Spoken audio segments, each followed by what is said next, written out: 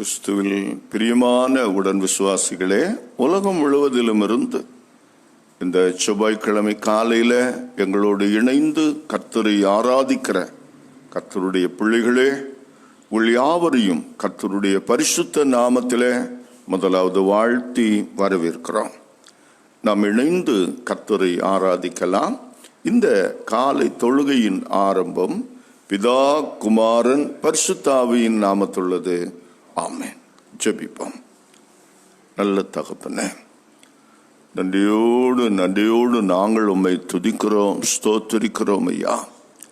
மீண்டும் ஒரு புதிய நாளில் இந்த செவ்வாய்க்கிழமை காலை வேளையில் நாங்கள் உலகம் முழுவதும் உள்ள உம்முடைய பிள்ளைகளாக இணைந்து உம்மை ஒரு மனத்தோடு ஆராதிக்கவும், உம்முடைய மகிமையுள்ள நாமத்தை துதித்து பாடவும், ஆண்டவரே உம்முடைய சமூகத்தில் எங்கள் விண்ணப்பங்களை ஏறெடுக்கவா தந்த வாய்ப்புக்காக ஸ்தோத்திரம். இந்த நாளிலும் ஆண்டவரை உம்மை நோக்கி பார்க்கிற முகங்கள் மலரட்டும் ஐயா.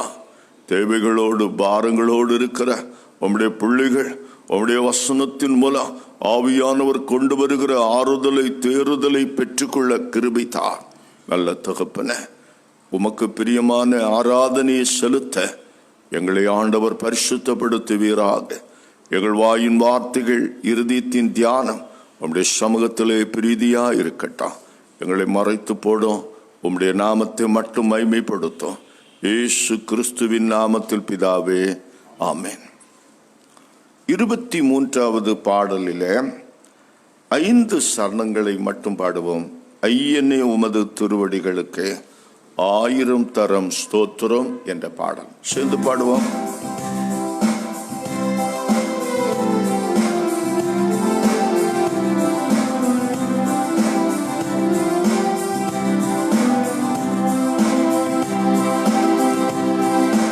ஐயனே உமது திருவடிகளுக்கு 1000 தரம் ஸ்தோத்திரம். ஐயனே உமது திருவடிகளுக்கு 1000 தரம் ஸ்தோத்திரம். ஐயனே உமது தயைகளை அடியே, மெய்யனே உமது தயைகளை அடியே விவரிக்கையம் மாத்திரம். ஐயனே உமது திருவடிகளுக்கு 1000 தரம் ஸ்தோத்திரம். கண்விழி போலே அடியனை காத்த கர்த்தனே நமஸ்காரம். கண்விழி போலே அடியனை காத்த கர்த்தனே நமஸ்காரம். மண்மிசையும் மாலந்தி பூச்சி, மண்மிசையும் மாலந்தி பூச்சி வாழும் இந்நேரம்.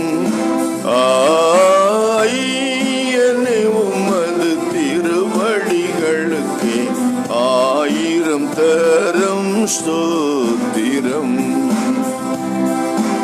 உடலுயிரும் மாலொரு குறைவின்றி உய்கிறதம் பரனே.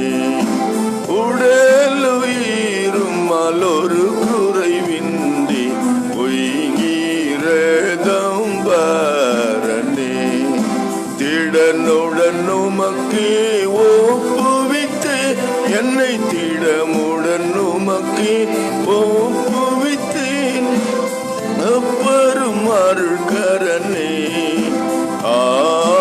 ஐயனே உமது திருவடிகளுக்கு 1000 தரம் ஸ்தோத்திரம். சென்றதாமிரவில் தேவரீரன்னை சேர்த்தரவணைத்தீரே.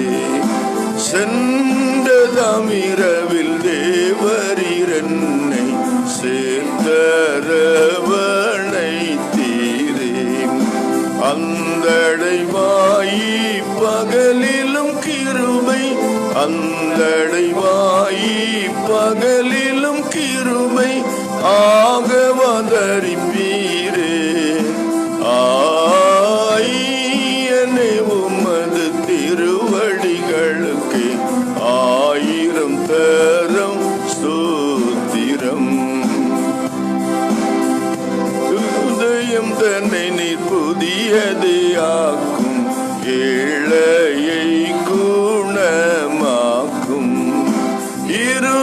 இதயந்தனி புதியதையாக்கும், ஏழையை குணமாக்கும். கருணைய என்னை உமதகமாக்கி, கருணைய என்னை உமதகமாக்கி, கண்மமெல்லாம் போக்கும். ஆயியனே உமது ஆயிரம் தரம் ஸ்தோத்திரம். 14வது சங்கீதத்தை சேர்ந்து வாசிக்கலாம். சங்கீதம் 14. கடவுள் இல்லை என்று மதிகேடன் தன் இருதயத்தில் சொல்லிக் கொடுக்கிறான். அவர்கள் கெட்டுப்போய் அருவருப்பானவைகளை செய்திருக்கிறார்கள், நன்மை செய்கிறவன் ஒருவனும் இல்லை. கடவுளை தேடுகிற உணர்வுள்ளவன் உண்டோ என்று பார்க்க கர்த்தர் வானத்திலிருந்து மனுமக்களை நோக்கி பார்த்தார். எல்லாரும் வழி விலகி ஏகமாய் கெட்டு போனார்கள், நன்மை செய்கிறவன் இல்லை, ஒருவனாயிலும் இல்லை. அக்கிரமக்காரர் யாவரும் அறிவற்று போனார்களா? ஆகாரத்தை புசிக்கிறது போல என் ஜனத்தை பட்சிக்கிறார்களே. அவர்கள் கர்த்தரை தொழுது கொள்ளுகிறதில்லை. அதோ அவர்களுக்கு மிகுந்த பயம் உண்டாயிற்று. கடவுள் நீதிமானின் சந்ததியாரோடு இருக்கிறாரே. சிறுமையானவனுடைய ஆலோசனையை அவமாக்க பார்க்கிறீர்கள். கர்த்தரோ அவனுக்கு அடைக்கலாம். சியோனிலிருந்து இஸ்ரவேலுக்கு ரட்சிப்பு வருவதாக. கர்த்தர் தமது ஜனத்தின் துன்பத்தை நீக்கும் போது யாக்கோபுக்கு களிப்பும் இஸ்ரவேலுக்கு சந்தோஷமும் உண்டாகும் என்பது பிதாவுக்கும் குமாரனுக்கும் பரிசுத்த ஆவிக்கும் மகிமை உண்டாவதாக. ஆதியிலும் இப்போதும் எப்போதுமான சதா காலங்களாய் இருக்கிறபடியே ஆமென். இன்றைக்காக கொடுக்கப்பட்ட முதல் திருமுறை பகுதி யாக்கோபுவின் நிருபம் 4ஆம் அதிகாரம் 13 முதல் 17 வரை உள்ள வசனங்கள். பரிசுத்த யாக்கோபு எழுதிய நற்செய்தி நூல் 4ஆம் அதிகாரம் 13 முதல் 17 வரை. மேலும் நாங்கள் இன்றைக்கு அல்லது நாளைக்கு இன்ன பட்டணத்துக்கு போய் அங்கே 1 வருஷம் தங்கி வியாபாரம் செய்து சம்பாத்தியம் பண்ணுவோம் என்கிறவர்களே, கேளுங்கள். நாளைக்கு நடப்பது உங்களுக்கு தெரியாது. உங்கள் ஜீவன் எப்படிப்பட்டது? கொஞ்ச காலம் தோன்றி பின்பு தோன்றாமல் போகிற புகையை போல் இருக்கிறதே. ஆகையால் ஆண்டவருக்கு சித்தமானால் நாங்களும் உயிரோடு இருந்தால் இன்னதை செய்வோம் என்று சொல்ல வேண்டும். இப்பொழுது உங்கள் வீம்புகளில் மேன்மை பாராட்டுகிறீர்கள். இப்படிப்பட்ட மேன்மை பாராட்டல் யாவும் பொல்லாங்காயிருக்கிறது. ஒருவன் ஆதலால் ஒருவன் நன்மை செய்ய அறிந்தவனாயிருந்தும் அதை செய்யாமல் போனால் அது அவனுக்கு பாவமாயிருக்கும் என்பது. இன்றைக்காக கொடுக்கப்பட்ட நற்செய்தி பகுதி பரிசுத்த லூக்கா எழுதிய நற்செய்தி நூல் 12ஆம் அதிகாரம் 16வது வசனத்திலிருந்து 21வது வசனம் வரை உள்ள பகுதிகள். அல்லாமலும் ஒரு ஓமையை அவர்களுக்கு சொன்னார். ஐஸ்வர்யமுள்ள ஒருவனுடைய நிலம் நன்றாய் விளைந்தது. அப்பொழுது அவன், நான் என்ன செய்வேன்? என் தானியங்களை சேர்த்து வைக்கிறதற்கு இடமில்லையே. நான் ஒன்று செய்வேன், என் களஞ்சியங்களை இடித்து பெரிதாக கட்டி எனக்கு விளைந்த தானியத்தையும் என் பொருட்களையும் அங்கே சேர்த்து வைத்து, பின்பு ஆத்துமாவே, உனக்காக அநேக வருஷங்களுக்கு அநேக பொருட்களை சேர்த்து வைக்கப்பட்டிருக்கிறது. நீ இளைப்பாரி புசித்து குடித்து பூரிப்பாயிரு என்று என் ஆத்துமாவோடே சொல்லுவேன் என்று தனக்குள்ளே சிந்தித்து சொல்லிக்கொண்டான். தேவனோ அவனை நோக்கி, மதிகேடனே, உன் ஆத்துமா உன்னிடத்திலிருந்து இந்த ராத்திரியிலே எடுத்து கொள்ளப்படும். அப்பொழுது நீ சேகரித்தவைகள் யாருடையதாகும் என்றார். தேவனிடத்தில் ஐஸ்வர்யவானாயிராமல் தனக்காகவே பொக்கிஷங்களை சேர்த்து வைக்கிறவன் இப்படியே இருக்கிறான் என்றார் என்பது. இன்றைக்கான நற்செய்தி பகுதியும் வாசித்து முடிந்தது. திருமறை பகுதிகளை வாசிக்க கேட்டன்னா, திரியக கடவுளில் நாம் வைக்கிற விசுவாசத்தை அப்போஸ்தலர் விசுவாச பிரமாணத்தின்படி பயபக்தியோடு அறிக்கை செய்வோம். பரலோகத்தையும் உலகத்தையும் படைத்த சர்வத்துக்கு நல்ல பிதாவாகிய கடவுளை விசுவாசிக்கிறேன். அவருடைய ஒரே பேரன குமாரன் நம்முடைய ஆண்டவருமாகிய இயேசு கிறிஸ்துவை விசுவாசிக்கிறேன். பரிசுத்த ஆவியினால் கற்பத்தில் உட்பவித்து கன்மரியாழ்த்தல் பிறந்து சிலுவையில் அறையுண்டு மரித்து அடக்கம் பண்ணப்பட்டார். பாதாளத்தில் இறங்கி 3ஆம் நாள் மரித்தொழுந்து உயிர்த்தெழுந்தான். பருத்துக்கேறி சர்வத்துக்கும் அல்ல பிதாவாகிய கடவுளின் வலது பாசத்தில் வீற்றிருக்கிறார். அவ்விடத்திலிருந்து உயிருள்ளோரையும் மரித்தோரையும் நியாயம் தீர்க்க வருவார். பரிசுத்த ஆவியானவரை விசுவாசிக்கிறேன். வானபரிசுத்த கிறிஸ்தவ சபையும் பரிசுத்தவான்களின் ஐக்கியமும் பாவ மன்னிப்பும் சரீர உயிர்த்தெழுதலும் நித்திய ஜீவனும் உடன் விசுவாசிக்கிறேன். நம்முடைய பிதாவாகிய கடவுளிடமிருந்தோம் கர்த்தராகிய இயேசு கிறிஸ்துவிடமிருந்தோம் இந்த செவ்வாய்க்கிழமை காலையில் உங்கள் ஒவ்வொருவருக்கும் கிருபையும் சமாதானமும் பெருக கடவுது. ஆமென். கிறிஸ்துவில் மிகவும் பிரியமானவர்களே, மீண்டும் ஒரு நாளில் காலை பொழுதில் ஆவியானவர் தெய்வ வசனத்தின் மூலம் நம்மோடு பேசி தேவனுடைய சித்தத்தை நமக்கு வெளிப்படுத்துவதற்கு ஆயத்தமாக இருக்கிறபடியால் ஸ்தோத்தரிப்போம். இந்த நாளின் காலையில் நம்முடைய சிந்தனைக்காக தெரிந்து கொண்ட இறை வார்த்தை நாம் வாசித்த நற்செய்தி பகுதி லூக்கா நற்செய்தி நூல் 12ஆம் அதிகாரம் 21வது வசனம். தேவனிடத்தில் ஐஸ்வர்யவானாயிராமல் தனக்காகவே பொக்கிஷங்களை சேர்த்து வைக்கிறவன் இப்படியே இருக்கிறான். கிறிஸ்துவில் மிகவும் பிரியமானவர்களே, இன்றைய உலகம் அறிவையும் பொருளையும் அதிகமாக சேகரிக்க நினைக்கிற உலகம். எங்களுக்கு நிறைய பொருள் இருந்தால், பொன் இருந்தால் நாங்கள் பாதுகாப்பாக இருக்கலாம் என்று நினைக்கிற மக்கள் அநேகம் பேர் இருக்கிறார்கள். ஒரு சமயம் சாங்ஸ்டர் என்று சொல்லக்கூடிய தேவ ஊழியக்காரர் அமெரிக்க தேசத்திற்கு ஊழியத்துக்காக போனாராம். அங்கே ஒரு பெரிய செல்வந்தனான வீட்டில் அவரை உபசரித்து தங்க வைத்திருந்தார்கள். ஒரு நாள் இரவில் இவர் ஊழியத்தை முடித்து அந்த செல்வந்தருடைய வீட்டிலே இரவு உணவை அறிந்துவிட்டு அவர்களோடு கூட பேசி கொண்டிருந்தார். அந்த வீட்டினுடைய அம்மா, குடும்ப தலைவி சாங்ஸ்டர் அவர்களை பார்த்து கேட்டார்களாம், எங்க தேசத்துக்கு முதலாவது வந்திருக்கீங்க, எங்கள் தேசத்தை பற்றி என்ன நினைக்கிறீங்க? அமெரிக்க தேசத்தை பற்றி உங்களுக்கு அனுபவம் என்ன? உங்களுடைய கருத்து என்ன? அவர் சொன்னாரா, உங்கள் தேசத்தில் எல்லாம் தேவைக்கு அதிகமாக இருக்கிறது.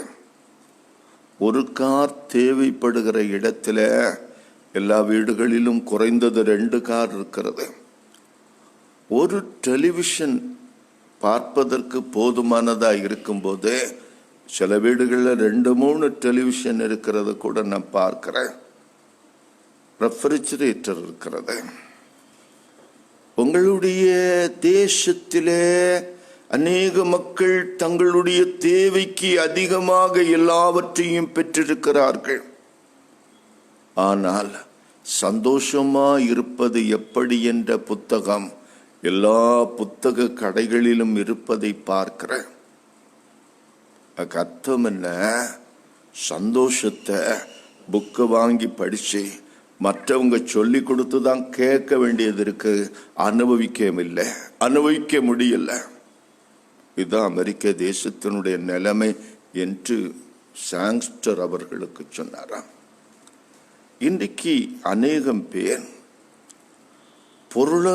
பொருளை தேடுகின்ற ஆர்வத்தில் பொருளாசையிலே முங்கி போய் விடுகிறார்கள். தங்களை அறியாமலேயே செல்வந்தான் வாழ்க்கை என்ற நிலைமைக்கு போய் விடுகிறார்கள். அதனுடைய விளைவு என்ன என்பதை குறித்து தெரியாமல் இருக்கிறார்கள். ஒரு தேவ ஊழியக்காரர் பொருளாசையின் தன்மை என்ன என்பதை பற்றி ஒரு உண்மையான சம்பவத்தின் மூலமாக ஒரு தடவை விளக்கினார். ஸ்காட்லாந்து தேசத்தில் ஒரு பெரிய செல்வந்தர் இருந்தாராம்.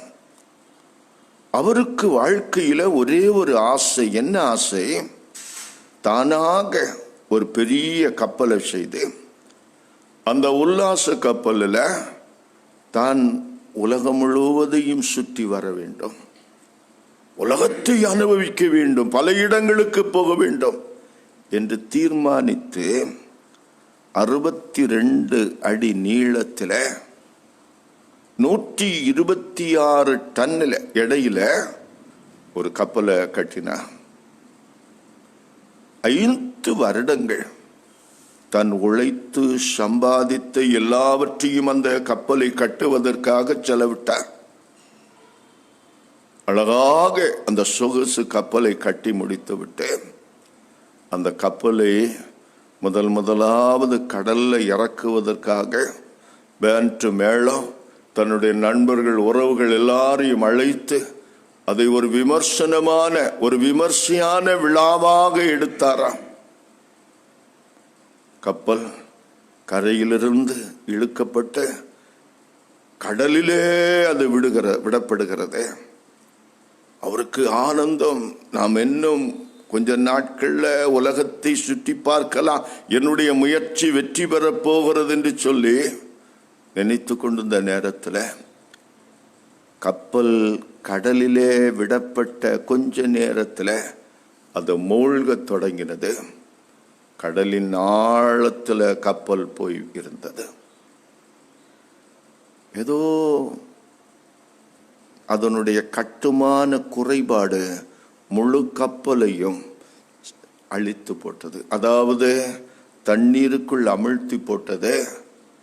இவருக்கு சொல்ல முடியாத துக்கம். அநேகம் பேர் பொருளாசை என்று சொல்லக்கூடிய காரியத்தில் தங்களுடைய முதலீடுகள், தங்களுடைய எண்ணம், மனம், சிந்தை, நேரம் எல்லாவற்றையும் வாழ்க்கையில செலவிட்டு கடைசியில அது ஒரு பிரயோஜனமும் இல்லாம ஒரு கண்ணிமைக்கும் நேரத்தில் தங்களை விட்டு போய்விட்டது, இது மாயை என்று உணரும் போது அவர்களால் சொல்ல முடியாத துக்கத்தை அடைகிறார்கள்.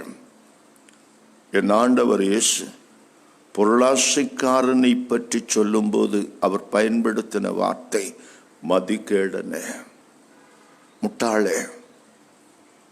ஆண்டவர் இயேசு இந்த பொருளாசைக்காரனை பார்த்து முட்டாள் என்று சொல்வதற்கு காரணம் என்ன என்றால் அதிலே 7 காரணங்கள் இருக்கிறது. முதலாவது, இந்த பொருளாசைக்காரன் இருக்கிறானே, இவனுக்கு ஆண்டவர் அவனுடைய நிலம் நன்றாய் விளைவதற்கு கிருபை செய்தான். இவன் பெற்றுக்கொண்டது இவனுடைய முயற்சியோ திறமையோ அல்ல. லூக்கா 12ஆம் அதிகாரம் 16ஆம் வசனம்,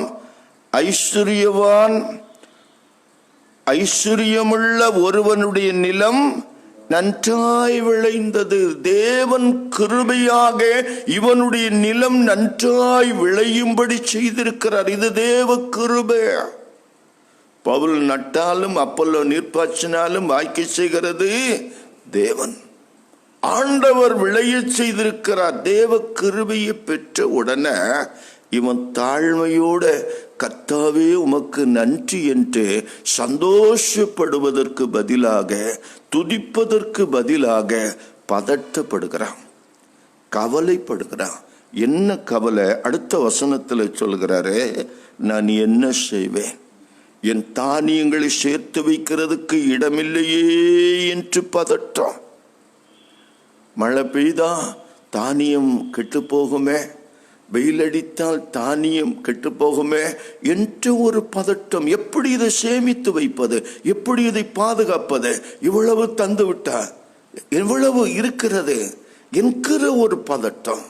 இரண்டாவது வேதத்தில் சொல்லுகிறது, இவன் தனக்கு தேவன் இவ்வளவு பெரிய கிருபையை கொடுத்த பிறகு இவன் தேவனை நினைக்கவில்லை. இவனுடைய இருதயத்திலே தேவன் இல்லை. அது ஒரு பெரிய முட்டாள்தனம். எந்த தேவன் இவனுக்கு கிருபையை கொடுத்தாரோ அந்த ஆண்டவர் நினைத்து, ஆண்டவரே எவ்வளவு பெரிய விளைச்சலை எனக்கு தந்திருக்கிறீரே, நான் இதை எப்படி பயன்படுத்த வேண்டும் என்று தேவ சமூகத்திலே கேட்பதற்கு, நன்றி செலுத்துவதற்கு, கர்த்தரை கனப்படுத்துவதற்கு இவனுடைய இருதயத்தில் இடமில்லை. அது முட்டாள்தனம். மூன்றாவது, இவன் என்ன செய்கிறான் பாருங்கள். நான் புசித்து குடித்து பூரிப்பாயிரு, நாளைய தினத்தை குறித்து இவன் பெருமை கொள்ளுகின்றான். சொல்ல போனால் இவனிடத்தில் இல்லாத நாளைய தினத்தை குறித்து மமதை கொள்ளுகின்றான். பொருளாசை எப்போதுமே ஒரு மாயை. அது இல்லாதவைகளை குறித்து பெருமை கொள்ள செய்யும், இல்லாதவைகளை குறித்து கற்பனை பண்ண செய்யும். அதனால் அவனுடைய ஆத்துமா பாழாகும். வேதம் சொல்லுகிறது, நாளைய தினத்தை குறித்து பெருமை பாராட்டாதே. ஒரு நாளை பறக்க செய்கிறது உன்னால் ஆகிற காரியம் அல்ல. ஏனென்றால் மனிதனுடைய வாழ்க்கை என்பது புல்லை போல பூவை போல இருக்கிறது. அடுத்த செகண்ட் அது இருந்தா தான் உண்டு. இவன் என்ன செய்கிற, நீ புசித்து குடித்து பூரிப்பாயிரு, உனக்காக அநேக வருஷங்களுக்கு அநேக பொருட்கள் சேர்த்து வைக்கப்பட்டிருக்கிறது. இது ஒரு பெரிய பெரிய முட்டாள்தனம். நான்காவது, இவனிடத்தில் சக மனிதர்களை பற்றிய சிந்தனையே இல்லை. இவனுடைய வீட்டிலே சேமித்து வைப்பதற்கு முடியாத அளவு தானியம் விளைந்திருக்கிறது, பொருட்கள் இருக்கிறது, ஐஸ்வர்யம் இருக்கிறது. ஆனால் இவன் இல்லாத ஏழையை குறித்து, ஒரு நேர உணவுக்கு கூட வாய்ப்பற்றவனாக இருக்கிற தன்னுடைய அயலான் சகோதரனை குறித்து கவலை கொள்ளவில்லை, சிந்திக்கவில்லை. தனக்கு இவ்வளவு இருக்கிறதே, கொஞ்சம் அவனுக்கு கொடுப்பான். பசியாயிருக்கிற என் ஏழை சகோதரனுக்கு ஒரு நேர உணவை கொடுப்பான்.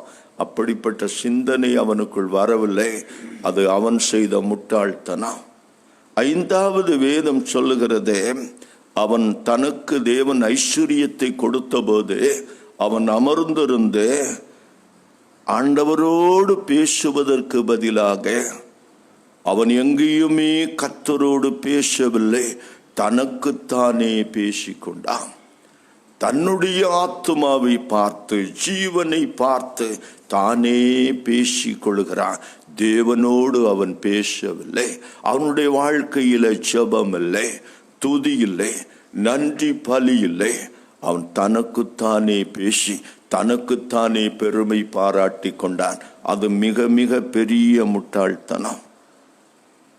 கடைசியாக இவன் செய்த இன்னொரு காரியம் என்னவென்றால், இவன் நிலையற்றதை பற்றி கொண்டு நிலையான பரலோக செல்வத்தை இழந்து போனான். சொல்ல போனால் அவன் ஆத்துமாவையும் இழந்து போனான், உலக ஜீவனையும் இழந்து போனான். அவன் எதையும் அனுபவித்ததாக இங்கே வேதம் சொல்லவில்லை. ஏனென்றால் ஆண்டவர் அவனுக்கு குறித்திருக்கிற நேரம் இன்றைய தினம். எல்லாவற்றையும் பெற்றுக்கொண்டான், ஒன்றையும் அவன் அனுபவிக்கவில்லை. ஆண்டவர் சொல்லுகிறார், மதிகேடனே, இன்றைக்கு ராத்திரி உன் ஆத்துமா உன்னை விட்டு எடுத்து கொள்ளப்படும். அப்பொழுது நீ சேகரித்தவைகள் யாருடையதாகும்? ஆண்டவருடைய கணக்கின்படி, ஞானத்தின்படி, திட்டத்தின்படி இன்று ராத்திரி அவனுடைய ஆத்துமா எடுத்து கொள்ளப்படுகிறது. இவன் கர்த்தரோடு பேசி இருந்தால், கர்த்தருடைய சமூகத்திலே அமர்ந்து அவருடைய ஆலோசனையை கேட்டிருந்தால் தேவன் அவனுக்கு அதை வெளிப்படுத்தி இருப்பான். எதை நீ செய்ய வேண்டும், உன் ஆத்துமா சமாதானத்தோடு உலகத்தை விட்டு வருவதற்கு நீ இதை செய் என்று தேவன் சொல்லியிருப்பார், ஆலோசனை கொடுத்திருப்பார். ஆனால் இவன் ஏழை சகோதரர்களுக்கு பகிர்ந்து கொடுத்திருந்தால் இவன் சமாதானத்தோடு உலகத்தை விட்டு போயிருப்பான். ரெண்டுமே கிடையாது. அவன் மதியற்றவன், முட்டாள். ஏனென்றால் தேவனுடைய சித்தத்தையும் தேவனுடைய திட்டத்தையும் அவன் அறிந்து கொள்ளாமல் பாழாய் போனான். ஆண்டவர் கேட்கிறாரு, நீ சேகரித்தவைகள் யாருடையதாகும்? நான் சேர்த்திருக்கிறேன், இது என்னுடைய மனைவிக்குத்தான் சொந்தமாகும், என் மகனுக்குத்தான் சொந்தமாகும், என் வாரிசுகள் தான் இதை அனுபவிக்க போகிறார்கள் என்கின்ற நிச்சயம் எந்த செல்வந்தனுக்காவது இருக்கிறதா? இருக்க முடியாது அன்பானர்களே. இது மாயை. இது யார் வேண்டுமானாலும் எடுத்துக்கொள்வார்கள். ஆகையினால் தான் வேதம் சொல்லுது, உலக பிரகாரமான பொருளின் மேல அதிகமான ஆசையை வைத்து நிச்சயம் கொண்டு ஆத்துமாக்களை இழந்து போகிறவர்கள் தேவனுடைய சமூகத்திலே மதிகட்ட முட்டாள்களாய் கருதப்படுகிறார்கள். அதற்கு மாறாக வேதம் என்ன சொல்லுகிறது? தேவனிடத்தில் ஐஸ்வர்யவான்களாயிருங்கள். தேவனுடைய ஐஸ்வர்யம் என்ன? ரோமர் 2ஆம் அதிகாரம் 4வது வசனம் இப்படி சொல்லுகிறது. ரோமர் 2வது அதிகாரம் 4வது வசனம், அல்லது தேவ தயவு நீ குணப்படும்படி உன்னை ஏவுகிறது என்று அறியாமல் அவருடைய தயவு, பொறுமை, நீடிய சாந்தம் இவைகளின் ஐஸ்வர்யத்தை அசட்டை பண்ணுகிறாயோ? கர்த்தருடைய பிள்ளைகள் கர்த்தரில் விசுவாசம் வைத்து வாழும்போது ஆண்டவரை தங்களுடைய தெய்வமாக கொண்டு அவருடைய குமாரன் இயேசு கிறிஸ்துவின் வழியாக தேவன் தந்திருக்கிற கிருபையை பெற்று நாம வாழும்போது தேவன் நம்மை எந்த ஐஸ்வர்யத்தில் ஆசீர்வதிக்கிறாரா? வேதம் சொல்லுகிறது, அவருடைய தயவு, பொறுமை, நீடிய சாந்தம் இவைகளின் ஐஸ்வர்யத்தை நமக்கு கொடுக்கிறார். இந்த ஐஸ்வர்யங்கள் நம்மிலே பெருகும் போது தேவனுடைய குணாதிசயங்கள் நம்மிலே பெருகும்.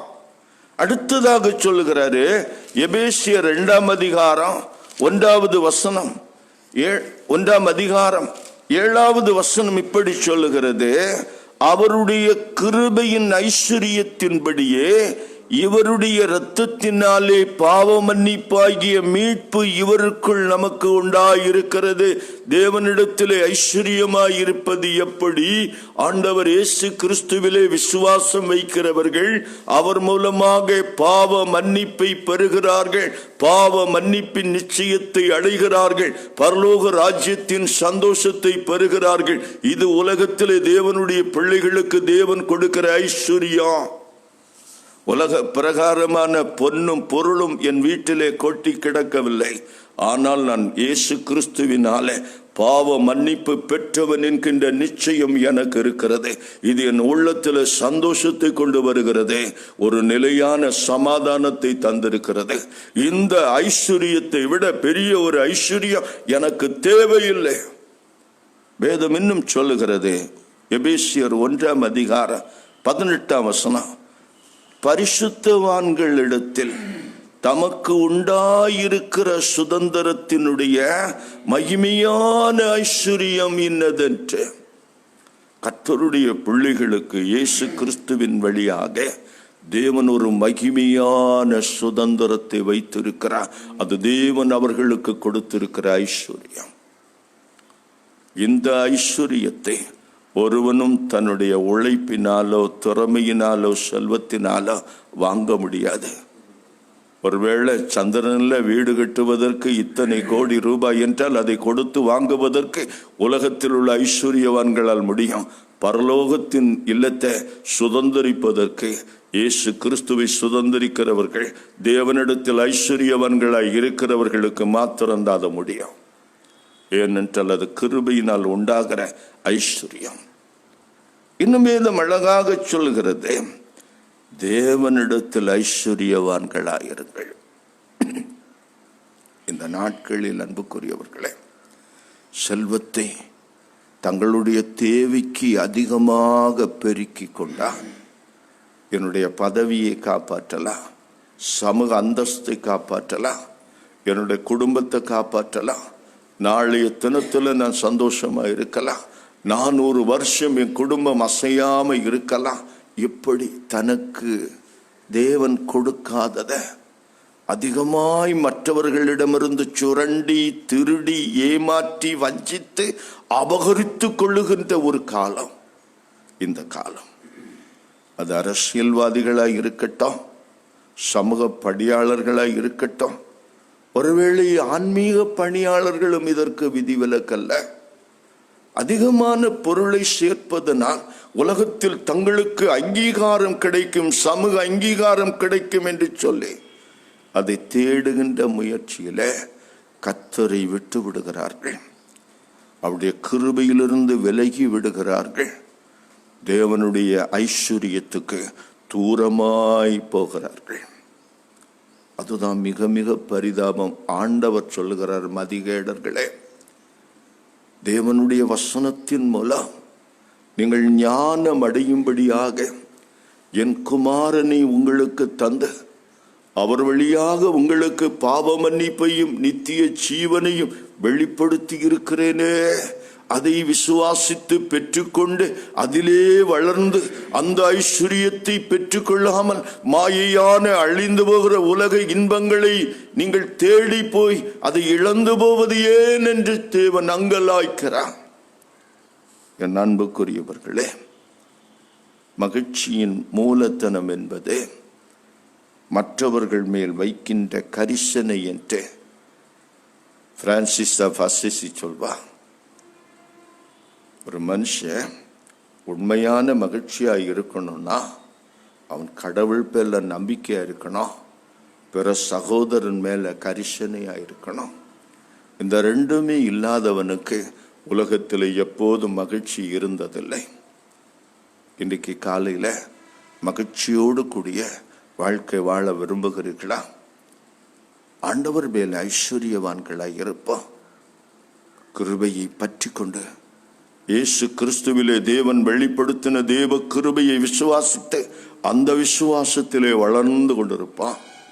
தேவன் எல்லா ஐஸ்வர்யங்களையும் நமக்கு தாராளமாய் தந்து இம்மையிலும் மறுமையிலும் நம்மை சமாதானத்தோடு காத்து கொள்வான். இப்படிப்பட்ட நம்பிக்கையிலே வாழ தூய் ஆவியானவர் உங்களுக்கும் எனக்கும் திருவசனத்தின் மூலம் திருசாக்கிரமத்தின் மூலம் பலன் தந்து நடத்துவாராக. ஆமென். எல்லா புத்திக்கு மேலான தேவ சமாதானம் உங்கள் இருதயங்களையும் சிந்தனைகளையும் கிறிஸ்து இயேசுக்குள் பலப்படுத்தி காப்பதாக. ஆமென். 583வது பாடலில் 4 சரணங்களை மட்டும் பாடுவோம். வருவாய் தருணம் இதுவே அழைக்கிறாரே, வல்ல ஆண்டவர் இயேசு வண்டை என்ற பாடல் சேர்ந்து பாடுவோம்.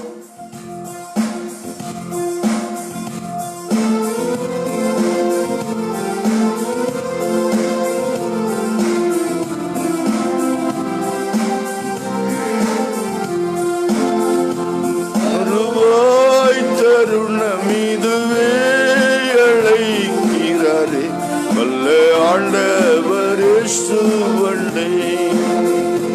வருவாய் தருணம் இதுவே அழைக்கிறாரே, வல்ல ஆண்டவர் இயேசு வண்டை. வாழ்நாளை எல்லாம் வீணாளாய் வருத்தத்தோடு கழிப்பது ஏன்? வாழ்நாளை எல்லாம் வீணாளாய் வருத்தத்தோடு கழிப்பது ஏன்? அந்தவர் பாதம் சரணடைந்தார், வாழ்வித்து உன்னை சேர்த்து கொள்வார். வருவாய் தருணம் இதுவே அழைக்கிறாரே, வல்ல ஆண்டவர் இயேசு வண்டை. வீடும் நில நீலம் பொருளும் கண்டிடும் ஊற்றார் உறவினரும் கட்டின வீடும் நீலம் பொருளும் கண்டிடும் ஊற்றார் உறவினரும் குடுவிட்டு உன்னாவி புனா வருவதில்லை வருவாய் தருணமிதுவே வல்ல ஆண்டவர் இயேசுவண்டே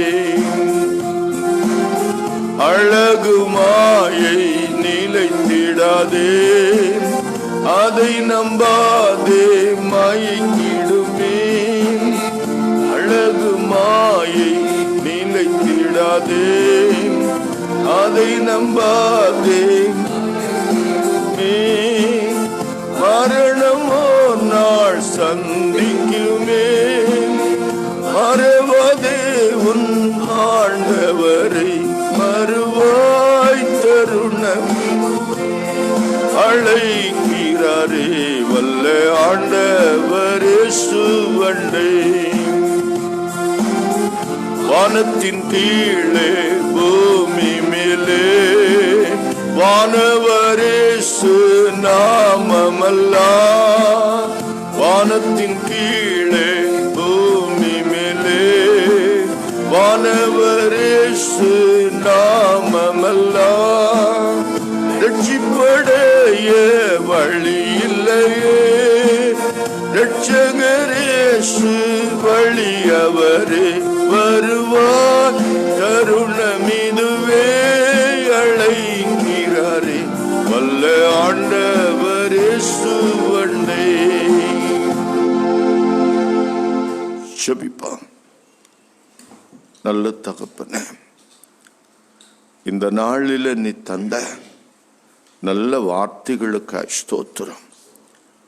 நிலையற்ற பொருளின் மேலே ஐஸ்வர்யத்தின் மீது உலக சிற்றின்பங்களின் மீது நம்பிக்கை வைத்து பெருமை கொள்ளுவது எவ்வளவு மதிகட்டத்தனம் என்பதை இந்த நாளில் மிக தெளிவாக எங்களுக்கு எடுத்து சொன்னீர் சாமி. தெய்வ ஞானத்தை உடையவர்கள் அப்படி செய்ய மாட்டார்கள் என்றும் தேவனிடத்தில் ஐஸ்வர்யவான்களாய் இருப்பது எத்தனை மேன்மையான அனுபவம் என்றும் இந்த நாளில் எங்களோடு பேசினீர் சாமி. மோசே என்று சொல்லக்கூடிய தேவ மனிதன் எல்லா சிற்றின்பங்களையும் எகிப்திலே அனுபவிப்பதற்குரிய வாய்ப்பை பெற்றவனாய் இருந்தோம். அவன் உலக பொருளின் மேலே சிற்றின்பங்களின் மேலே மோகம் கொள்ளாமல் கொஞ்ச காலம் அனுபவித்து அழிந்து போகிற இந்த அநித்தியமான பாவ சந்தோஷங்களை கொஞ்ச காலம் அனுபவிப்பதை பார்க்கலாம்.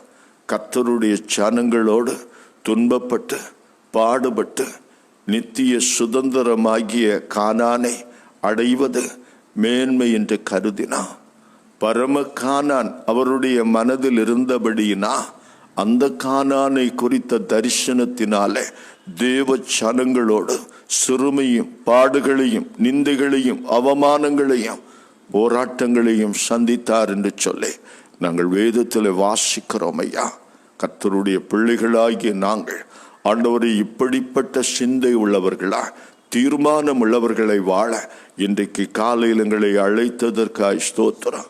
என் தகப்பனே, இன்றைக்கு உலகத்தில் அநேகம் பேர் உம்மை மறந்து உம்மை மறுதலித்து உம்மை விட்டு விலகி உலக இன்பங்களை அனுபவிப்பதற்காக உலகத்தின் பொன்னையும் பொருளையும் அடைவதற்காக ஆண்டவரை உம்மை விட்டு விலகி போகிற ஒரு காலத்தை நாங்கள் பார்க்கிறோம். மனிதர்கள் தற்பிரியர்களாய் பணப்பிரியர்களாய் சுகபோக பிரியர்களாய் கடைசி காலத்தில் இருப்பார்கள் என்பதை உமது வேதத்தில் எங்களுக்கு சொல்லி தந்திருக்கிறீர் சாமி. நாங்கள் ஞானமுள்ளவர்களாய் காலத்தை பிரயோஜனப்படுத்தி கொள்ள எங்களுக்கு உணர்வுள்ள இருதயத்தை தாரும் சாமி. நிலையற்றவைகளை பற்றி கொண்டு எங்களுக்கு கிடைத்திருக்கிற சுதந்திரத்தை இழந்து போகாதபடிக்கு, பரம ஐஸ்வர்யத்தை இழந்து போகாதபடிக்கு எங்களை காத்துக்கொள்ளும். இந்த நாளில் இந்த வார்த்தைகளை கேட்டு புதிய தீர்மானம் எடுத்திருக்கிற ஒவ்வொரு உம்முடைய பிள்ளைகளையும் தொடர்ந்து காத்து கொள்ளும் வழி நடத்தும். நல்ல தகப்பனே, இந்த நாளை ஆசீர்வதியும். இந்த நாளிலும் பலவிதமான வேலைகளை கடமைகளை செய்யக்கூடிய ஒவ்வொருவருக்கும் போதிய சுகத்தை பலத்தை கொடும், உழைப்புக்கு தக்க பலனை கொடும். குறிப்பாக இந்த கொரோனா பெருந்தொற்று காலத்தில் ஆண்டவரே, இது நிமித்தம் பாதிக்கப்பட்டிருக்கிறவர்கள், மருத்துவமனையில வீடுகளிலே தங்கி சிகிச்சை பெறுகிற உம்முடைய பிள்ளைகள் ஒவ்வொருவரையும் கர்த்ததாமே சுகப்படுத்தும் ஐயா. இந்த காலத்தில் அவர்களுக்கு மருத்துவம் பார்க்கிற மருத்துவர்கள், தாதியர்கள், மருத்துவ பணியாளர்கள் ஒவ்வொருவரையும் நீர் பாதுகாத்துக்கொள்ளும். பலவிதமான வேலைகளை கடமைகளை செய்ய இருக்கிற ஒவ்வொருவரையும் ஆசீர்வதியும். குறிப்பாய் அத்தியாவசிய படிகளான குடிநீர், மின்சாரம், கால்நடை துறை, இன்னும் நுகர்பொருள் துறை, ஆண்டவரை வியாபார தொழில், ஆண்டவரை வங்கித்துறை, இப்படி பல பல தொழில்களை செய்கிற ஒவ்வொருவரையும் பாதுகாத்துக்கொள்ளும். வேலைக்கு செல்லும்போது வரும்போது பாதுகாத்துக்கொள்ளும் சுவாமி. படிக்கிற பிள்ளைகள் ஆன்லைனில் படிக்கும்போது பிள்ளைகளையும் பொறுப்படுத்திக்கொள்ளும். இந்த கல்வியாண்டில் பிள்ளைகளை ஆயத்தப்படுத்துகிற பேராசிரியர்கள், ஆசிரிய பெருந்தகைகள் ஒவ்வொருவரையும் ஆண்டவர் தாமே பொறுப்படுத்திக் கொள்ளவும் பாதுகாத்து கொள்ளவும் வேண்டும் என்று செபிக்கிற, படித்து முடித்து வேலைகளுக்காய் காத்திருக்கிற பிள்ளைகளுக்கும் ஏற்ற நேரத்தில் நல்ல வேலை வாய்ப்புகளை கொடுத்து ஆண்டவர் ஆசீர்வதிக்கும்படியா செபிக்கிற, இன்றைக்கு புதிய பிறந்த நாட்களில் அடியெடுத்து வைக்கிற உம்முடைய பிள்ளைகளுக்காக ஜெபிக்கிற, புதிய பிறந்த நாட்களில் புதிய கிருபைகளை பெற்றுக்கொள்ள கிருபித்தா. நல்ல தகப்பன, உம்முடைய பெரிய கிருபையினால உம்முடைய பிள்ளைகள் ஆண்டவருடைய அன்பில் கிருபையில் வளரவா, தீர்க்காயுசோடு வாழவா நாங்கள் வாழ்த்தி ஜெபிக்கிற கர்த்தாவே. புதிய திருமண ஆண்டை தொடங்குகிற உம்முடைய பிள்ளைகள் இந்த வருஷத்தில் கர்த்தருடைய மேலான கிருபையை பெற்றுக்கொள்ளட்டும், சமாதானத்தோடு வாழட்டும் ஐயா. குடும்பத்திலே ஆண்டவர் தந்த எல்லா நன்மைகளையும் நன்றி உள்ள முறையில் பயன்படுத்த, ஆண்டவருக்கு நன்றி செலுத்தி வாழ கர்த்தர் கிருபை தா. தேசத்தை ஆசீர்வதியும், தேசத்தின் தலைவர்களை ஆசீர்வதியும், தேசத்தை ஒற்றுமையோடு வளர்ச்சியின் பாதையில, நீதி சார்ந்த அமைதியின் பாதையில வழிநடத்தி செல்லத்தக்கதான கிருபை தார்.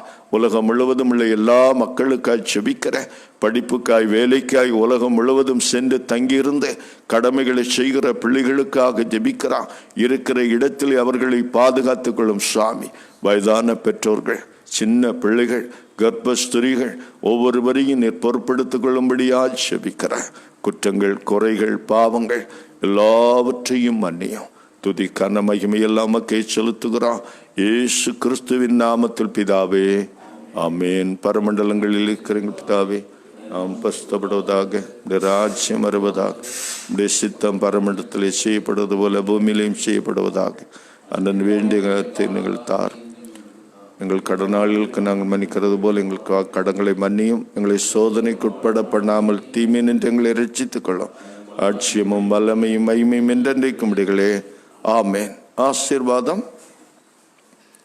நம் ஆண்டவர் இயேசு கிறிஸ்துவின் கிருபையும் பிதாவாகிய கடவுளின் அன்பும் பரிசுத்த ஆவியின் ஐக்கியமும் திரு உறவும் உங்கள் அனைவரோடும் இன்று முழுவதும் தங்கி தரித்திருப்பதாக. ஆமேன். என் ஆத்துமாவே கர்த்தரை ஸ்தோத்திரி, பரிசுத்த நாமத்தை ஸ்தோத்திரி. என் ஆத்துமாவே கர்த்தரை ஸ்தோத்திரி, அவர் செய்த சகல உபகாரங்களையும் மறவாதே. ஆமேன். கிறிஸ்துவில் மிகவும் பிரியமானவர்களே, இந்த நாளின் ஆராதனை உங்களுக்கு பிரயோஜனமாக இருந்திருக்கும் என்று நாங்கள் நம்புகிறோம். அப்படி என்றால் மற்றவர்களுக்கும் நீங்கள் இதை அறிமுகப்படுத்துங்கள். தினமும் காலை 7 மணிக்கும், புதன்கிழமை மாலை 6:30 மணிக்கு மத்தியபவார ஆராதனையும், ஞாயிற்றுக்கிழமை 7 மற்றும் 8:30 மணி ஆராதனையிலும் முகநூலிலே நாம் இணைந்து கர்த்தரை ஆராதிக்கலாம், மகிமைப்படுத்தலாம். நாம் எங்கிருந்தாலும் நம்மோடு இருக்கிற ஆண்டவர் இம்மானுவேலாகிய கடவுள் நம்மை பாதுகாக்கிற, பராமரிக்கிற, நம்பிக்கையோடு அவரை பற்றி கொள்ளுவா. இந்த நாளிலும் கடவுள் உங்களை ஆசீர்வதிப்பாராக. God bless you. Thank you.